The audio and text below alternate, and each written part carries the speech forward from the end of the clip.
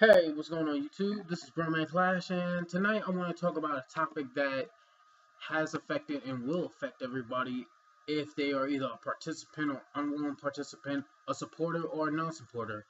And that is the topic of revolution. And some of you may ask, what is revolution, Clash? Honestly, some of you may say we already know revolution, so why should we get a history lesson now? And some of you may be wondering, like, what are your ties to revolution, Clash? Well, let me put it like this. And in case you were wondering, see, look, revolution is a is a process in which change occurs, either through a political standpoint or through a social economic standpoint. Now, some of you may ask, how does this tie in, with revel? How does this tie in with the people, and how does it tie in, throughout all of society? Well, let's go back in time. No, not not the Elizabethan times, but we'll get there. But towards, you know, when man started to develop societies. Now, some of you may say, how does that tie into revolution? They were nomadic tribes. They were hunting for animals. Ah, but viewers, you are right. But there is a revolution that's going to happen. And like I said before, revolution invokes socio-economic change. Socio means social and change. But revolution can happen anytime and any day, whether you know it or not.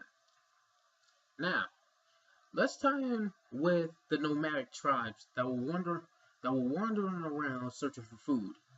And after they decided, you know, we see these berries growing from the ground. And I noticed that we see these seeds. Put it in the ground, put some water, have some irrigation, and then we have some trees. And have some trees, some fruit, some land, some plot, and that's how you get it. And some of you may say, how is this a revolution, Clash? Seriously, how is this a revolution, and how did it benefit man? Now, I'm going to answer that question for you by saying this phrase, agricultural revolution. Remember what I said before about them being nomadic and hunting for animals? Ever since they learned how to grow their own food and learn how to stay in one place, they developed societies.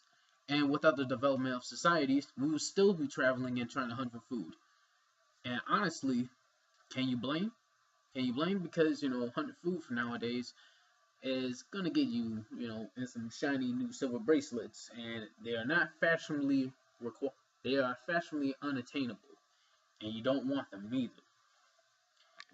Now, you may say, agricultural revolution, what does that mean? Or some of you who are history savvy, some of you may say, we already know the agricultural revolution, so why do I need a history lesson? I'm like, hey, I understand. Just relax. Because this is one of the very few revolutions that impacted everybody. I repeat, everybody. Because if it wasn't for this revolution, like I said before, societies would never have existed. That's the first step. It's a social thought process. You gotta think. See, revolution requires a thought first. It doesn't require, it's not action first and then thought later. It's thought first and then action. Sometimes it's quick, sometimes it's not.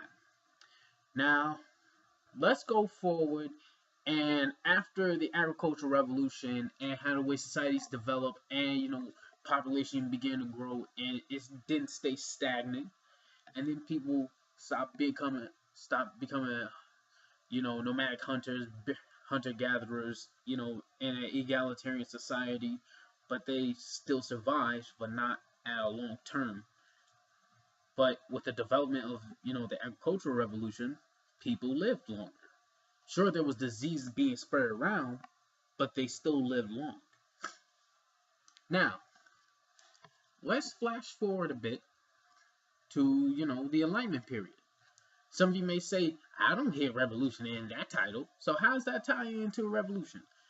Like I mentioned before, it's socio-economic, social, economical, mental, spiritual, emotional, political.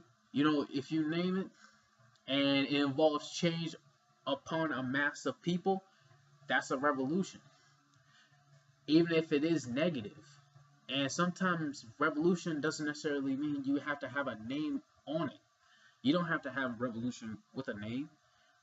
If it invokes change and it invokes a mass of people, and a mass of people are willing to go with it, that's a revolution. Now, on to the Enlightenment period. But beforehand, there was a man named Martin Luther.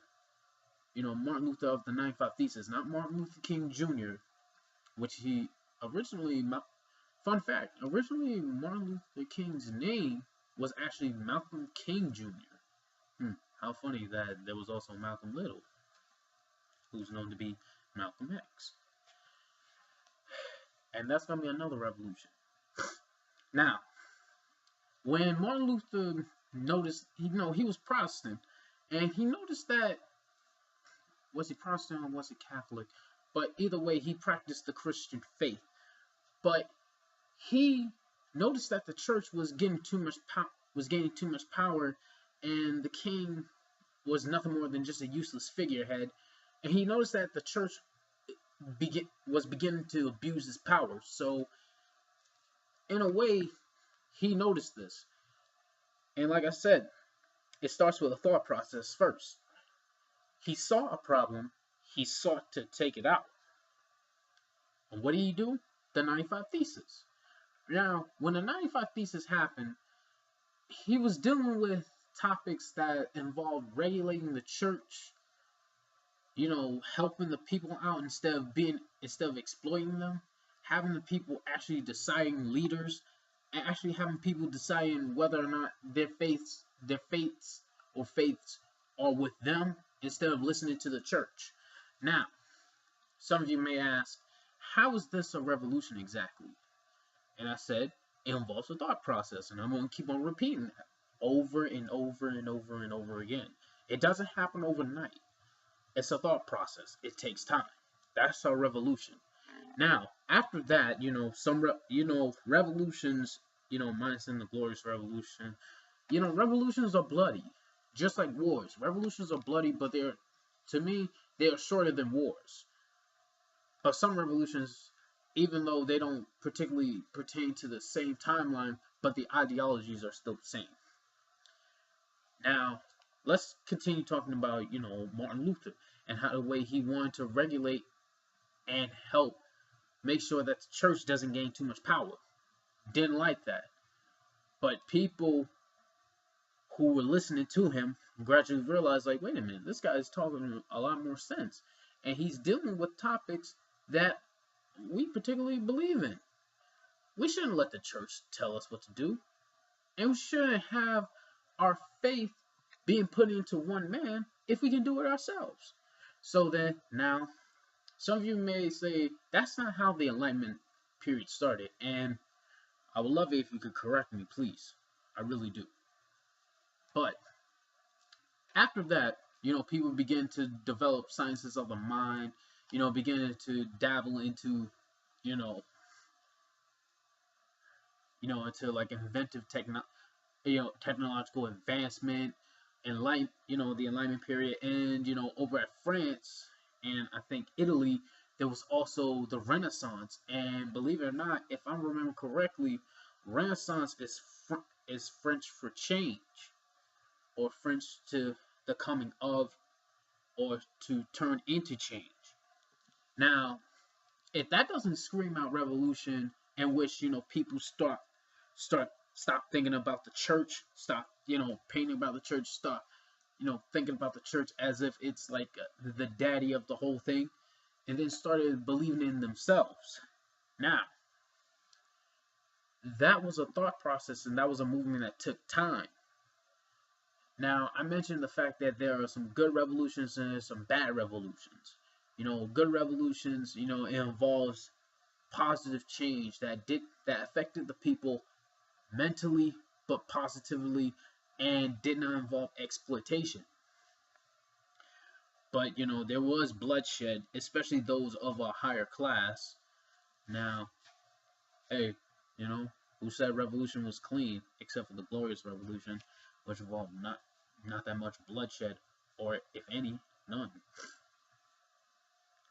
Now, when we talk about revolution, that's a revolution in itself because people started to become much more, self-conscious.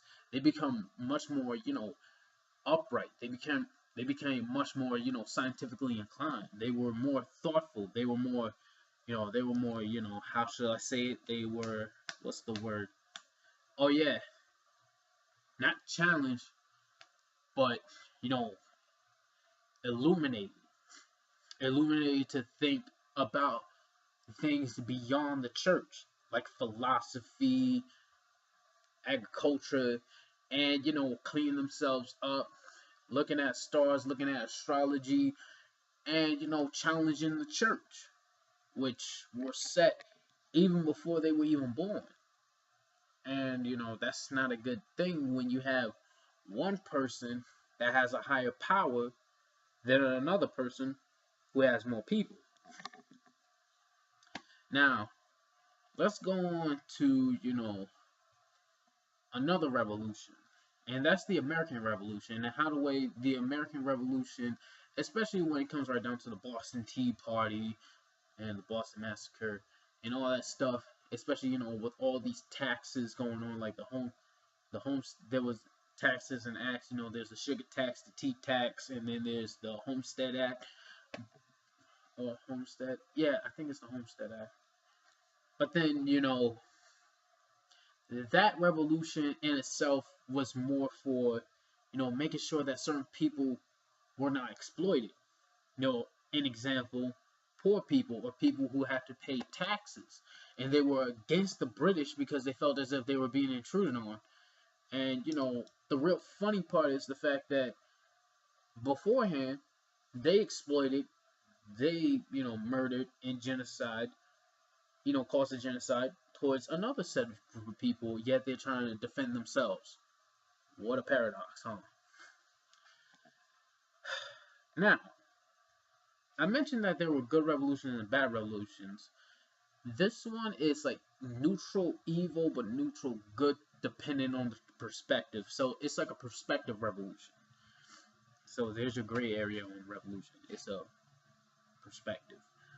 But when it came right down to it, and especially when it comes right down to the American Revolution and how the way they fought against the British and fought for their own independence, and they did that because they felt as if, not because they wanted change, but because they didn't want to give up change.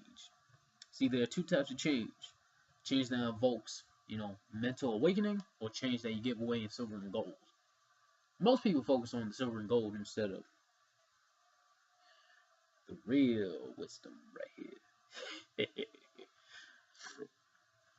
But while they were focusing on money and how the way they even tried to sway other people to become to do what they want to do, such as the British saying, "Oh, we will free you people if you fight with us." And then you had the ones who were for America, and they say, "If you come with us, we will free you." And yet, the very same people that they talked about, they called them 3/5 of people. And that included people that looked just like me. Yes, remember, there was also the age of exploration going on. And, during that era, that was also within a revolution in itself because, technological advancements, going around the world, seeing things, and then taking land. That's negative, especially if there were people long before you were even there. So essentially, they were stealing, but they try to justify it and try to say that they were claiming it for the crown. And then they have the nerve to fight back. So that in itself, to me, that was a neutral negative revolution because it affected people in a negative way, but it affected people in a positive way. But I look at it in a negative perspective. So but then there's also the Haitian Revolution.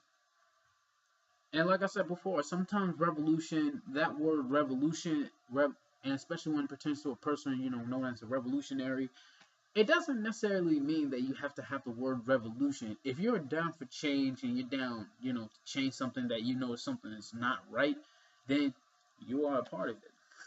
And now I'm gonna bring up the Haitian Revolution, and this was the greatest act to me that showed that you know, the whole stereotype about black people, that they are inferior, they don't have the mental capability, and all that other crap. Especially when they're talking about, especially when you look at the definition, especially when you look at the definition for black back then, and they still associated with us. But if you look at the definition, even to this day, you will realize that it still have the same type of diagram that's talking about, especially when you look at white.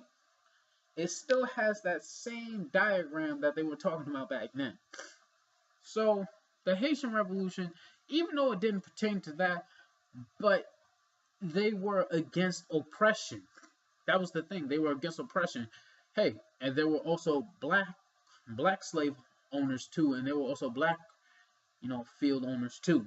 So essentially, it was still the rich going against the poor, essentially. And especially when there were like certain acts, such as there was Denmark VC over there, up in the north, and especially what was going on over there. But let's go on with the Haitian Revolution and how the way, if it wasn't for Toussaint Louverture, a certain group of other people, especially with certain acts, and especially when it ended in a great conflict that not only helped liberate Haiti, and if I'm correct, Haiti means land of the free, or land of dark skin in a certain language. But it also announced itself as the first free, I repeat, the first free black country or island in the Western Hemisphere. Now, some of you may say, how does this tie in with revolution? And I said it invoked a change because I mentioned before that it was essentially rich versus poor, and it never helped the fact that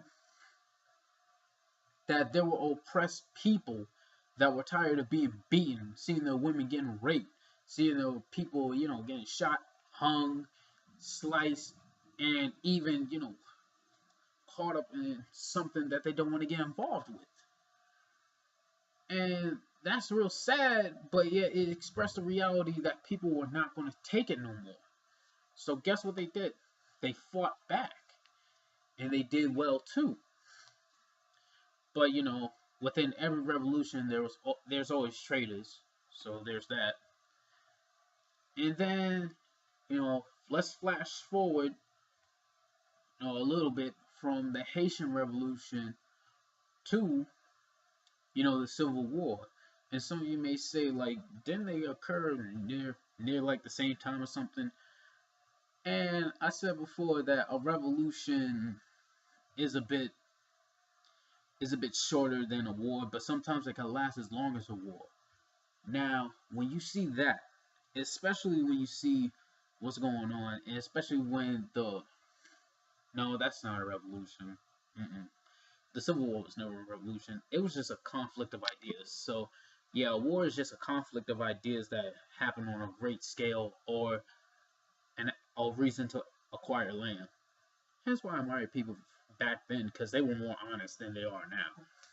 They just try to use slick language. But let's flash forward to, the Reconstruction era, and, such as, the Civil Rights era, and then flash forward to today. But let's talk about the Reconstruction era, especially the implications that happen with it. Such as, black-owned businesses, black-owned money, and, overall problems that happened after the Civil War, after, the whole Emancipation Proclamation that claimed to have freed slaves, but it freed 0 slaves. The 13th Amendment, it didn't do anything, not really, until people stood up and said, no, we're going to fight back. So now, here's a revolution that invoked change. But let's it was less on a political scale, but more on a social scale and an economical scale. Now, when we talk about the Reconstruction era, some of you may think that, oh, isn't this during the time where America was trying to rebuild itself after the whole thing that was going on with you know the with the Civil War and the South, the North, all that conflict, with Abraham Lincoln, and especially with him getting assassinated and all that stuff. Honestly, Abraham Lincoln was a hypocrite because he only wanted to preserve the Union. Matter of fact, he wasn't even a hypocrite. He was honest. Hence why they call him Honest Abe. He didn't mention anything about freeing any type of people. And in actuality, the only reason why he made the Emancipation Proclamation was actually to invoke a just to just to provoke the South, and especially slaves in rebellion states. So it didn't free anybody, especially territories that Lincoln had himself. Well, not had, but allied with himself, and they had slaves too. Now, to make matters, even funnier, especially when it comes right down to revolution, and when you deal with Reconstruction era, like I mentioned before, it was like a more of a social economical revolution where newer things are being built, and there were railroads. Hell, and let's segue into the Industrial Revolution, where that in itself was a negative revolution. Well, it's a neutral revolution, depending on how you look at it, because newer things were being built, such as steamboat. You got the steamboat, you got the cotton gin, you got like telephone poles, if I'm correct, and then you got Alexander Graham Bell with the telephone. And back then, they didn't have phones. They had to pass messages on, from voice to other people and all that stuff. Now, let's talk about this a bit more and how the Industrial Revolution, it was negative for the environment because like certain things were being affected, such as animals losing their homes so people could live comfortably. The like even to the point like over in England, some people said that there were people, there were times that people didn't experience any type of sunlight because the pollution was that bad. And then nights were blacker and days looked a bit short. Now let's make things a bit funnier. And then I mentioned about technological advancements, so that's a positive, but it's a neutral revolution in itself. Now I'm talking about the Reconstruction era and how the Reconstruction era was a positive and a negative because of the advancements that were coming along, but the negativity that also came from also through your ethnocentrism and how the KKK was formed. But they were originally not meant to harm people who looked just like me. They were meant to scare them. But then eventually, some radicals came up and then started to, get rowdy, and that's what happened.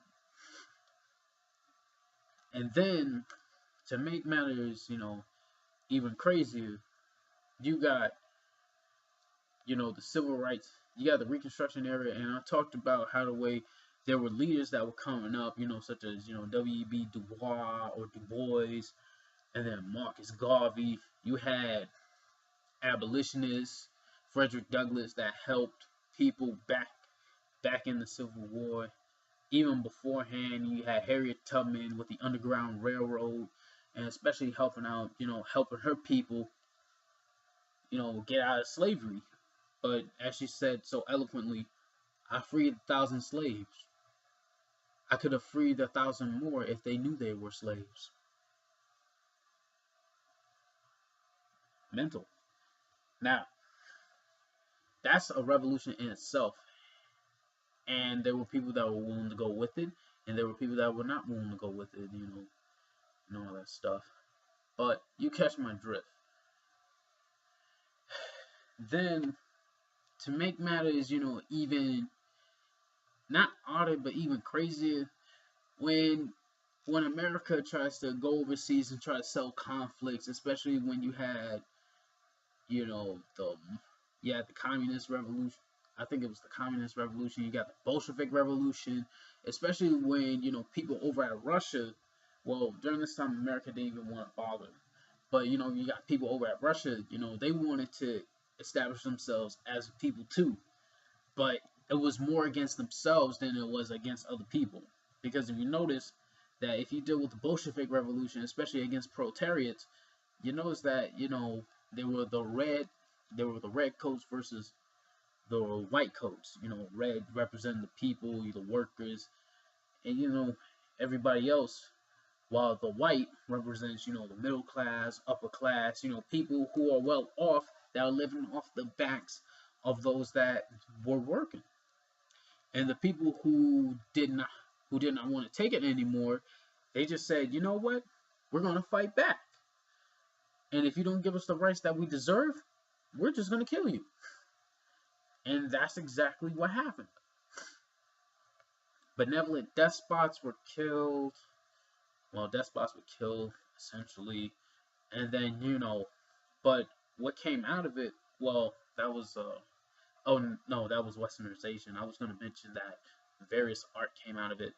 But that's true. Various art did come out of it, but it was more of a propagandized art more than it was like a culmination art or like a conglomerate.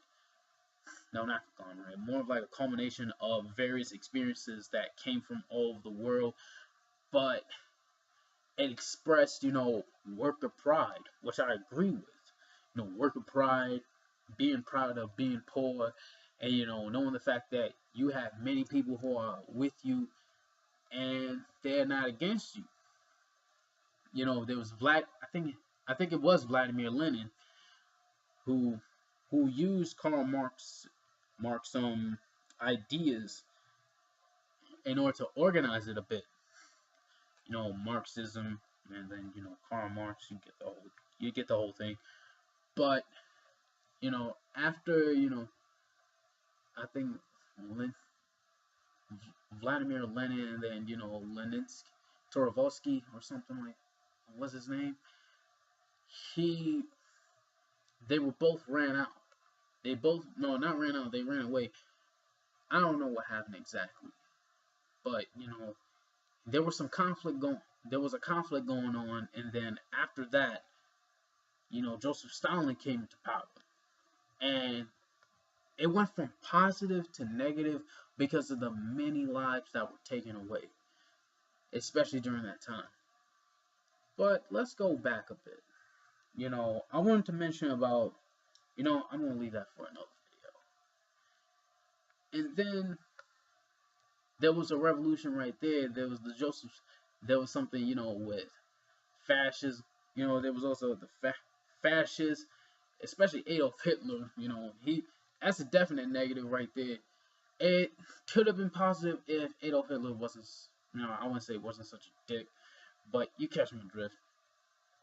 He was a negative influence because he wanted to scapegoat on people, and then America has the nerve to say, "Oh, what you doing over there is wrong," but do it onto us. Did it upon the red man, Native American. You do it upon the brown man, some, Spanish speaking Africans, all that other stuff, and you got that, and they do it onto us, and then they don't look in the mirror. How ironic. And then there was also, like I mentioned before, the Civil Rights era. And that in itself was a revolution because there were people who were invoked, not who were invoked by, Garveyism, which happened during the Reconstruction era, especially with, Booker T. Washington talking about, up from slavery, making the Tuskegee Institute, and all that stuff. And then you had W.B. Du Bois, talking about the souls of black people who should uplift themselves and be, overall, for themselves, as opposed to going to their oppressor and, asking them for help. Now, let's go back a bit and talk about, Marcus Garvey and the Pan-Africanist movement. Some of you may say, how is this a revolution in itself, Clash? Because if you know the Pan-Africanist movement, you understand the Rastafari, then you might understand the Rastafari movement. And that is, see, the Pan-Africanist movement was and still is a revolution to this very day. Because you know why? When you deal with a Pan-Africanist movement, you're dealing with a change in mindset. You're dealing with a mental change. You're dealing with not only a mental change, but a emotional and spiritual change. After that, people began to realize, like, wait a minute, we don't really have nothing to be ashamed of. And it was very funny too, because the Pan-Africanist movement, which was a revolution in itself, helped pave the way helped pave the way immensely for the civil rights era. And then now it's very funny because when you look at it, that and kind of way it was talking about, make sure you have black-owned businesses, buy black, sell black, be black, or be African, be Ethiopian, being yourself, don't worry about what other people think of you, because they already thought of us as savages, but we already knew who the real savages were. It's not about what you say, it's about what you do. Now, some of you may say, how does this tie in with revolution, Clash? Tell me, how does this tie in with revolution? Okay, it ties in with revolution, like I mentioned before, it required change, but it's a change over time. And another thing about revolution, I'm going to stress and I will say, revolution will never be televised. So don't believe the hype that you see right here, that bullshit ass TV screen. Don't believe in Rihanna. Don't believe in, Lil Wayne unless they realize that they have chains in their minds and thus they will break away. And it's not a trend. I repeat, revolution is not a trend. It's a lifestyle that will transcend. People think revolution is, oh, just a trend. I'm a revolutionary. Yes, let me raise my fist and say all that. No, don't do that. Because if you're just doing that just to look good in front of people, then don't bother. Because when shit hits the fan and blood starts splattering, and if you run, I'm just gonna look at you and say, you are nothing more than just a fucking coward. You can't handle revolution. Because honestly, revolution in itself, it is bloody. And I just have to stress that because people think revolution, being a revolutionary or revolution is just a silly trend. No, it's not. And if you try to tell your people to be scared of revolution, it's just like what the last poets are saying. I love niggas because niggas are mean, but there's one thing about a nigga I do not love. Niggas are scared of revolution. And that's one thing I will say. Now, let's talk about, the topic of the civil rights era and how the way, matter of fact, let me talk about, Garveyism and how the way that was a revolution in itself, with the Pan-Africanist movement and, the Back to Africa movement and how the way they were talking about, we should go back to Africa. We should go back to the motherland. We should go back to our roots. We should not rely on our oppressor who hates us and try to ask them to be friends with them. You see us, we're already getting lynched, we're already getting hung, we're already getting shot up, we're already getting stabbed, but yet we're trying to look for them for forgiveness. Hell no. Now, I agree with that. And doing for self, that's true. Because a revolutionary will need to learn how to do things on their own. Now, here's where things get real interesting. Because sometimes revolutionary ideals and ideologies will cater on and go on to the next generation. Now, I want to talk about, the civil rights era and how the way in the civil rights era, there were people who were, pro-black, some of them were pro-integrationists, but then they realized, like, wait a minute, this isn't right. We shouldn't be talking about, being integrationalists because what are we integrating? Now, don't worry. Dr. King, he was a lovely and a peaceful man. because he wanted to see compassion towards both people, and he wanted to see his people be prosperous, but at the same time he was not stupid. You know what he was talking about? He was dealing with the fact that our people, we have nothing. He said it himself, our people have nothing to be ashamed of.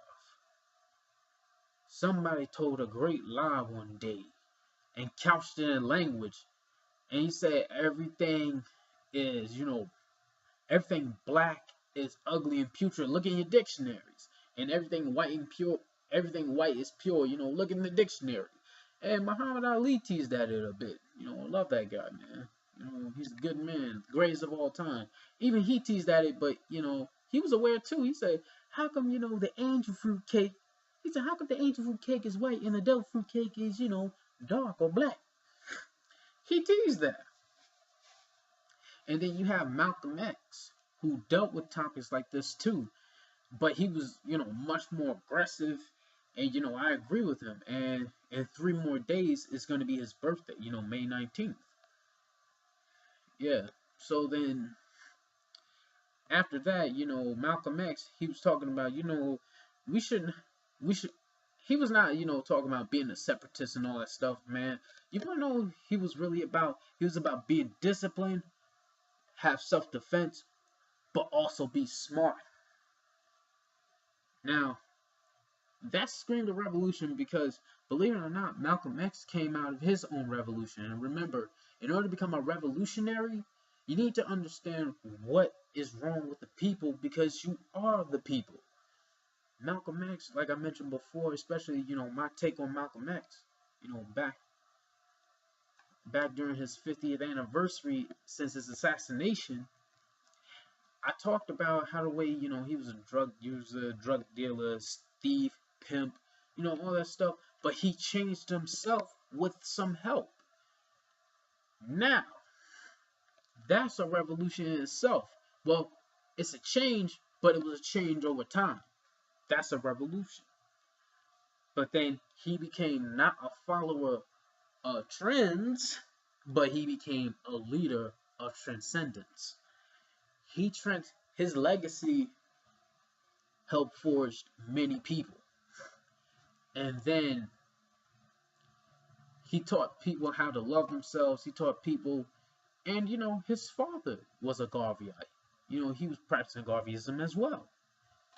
Now, let's talk about, next year, I'm going to talk about the Black Panther Party for a very specific reason, but I'm going to mention them a bit because they were also a part of this revolution as well, especially when it came right down to, carrying guns and, having black people, especially black women, which harken back to, Garveyism, and how the way Garveyism taught, black women how to fight and how to be disciplined, how to stand up straight, how to not think of themselves, as nothing, not as sex toys, not to be used, because the Black Panther Party, they were not only armed, but they were also trained, they were disciplined.